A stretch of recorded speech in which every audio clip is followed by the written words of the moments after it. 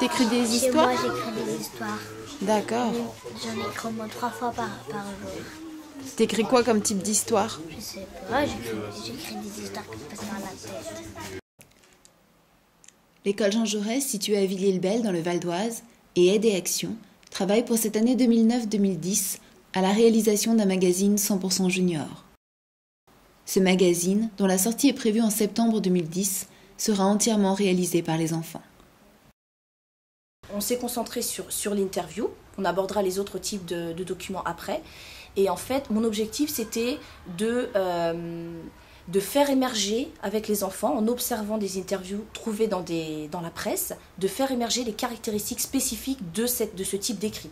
Donc à la fois, on a travaillé sur le vocabulaire, on a bien relevé le fait qu'il y avait des questions, que souvent l'interview était accompagnée de photos, etc. Donc c'était vraiment ça mon objectif, qu'ils puissent repérer les interviews dans les documents et surtout qu'ils sachent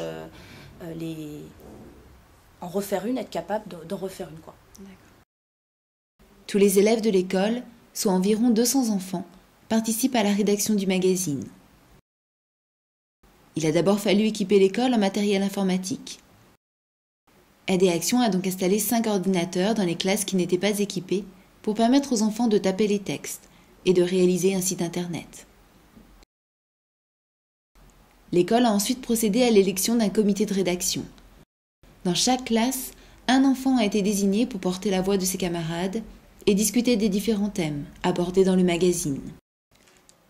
Les enfants ont pris ce rôle à cœur et se sont sérieusement investis dans la réalisation de ce nouveau défi.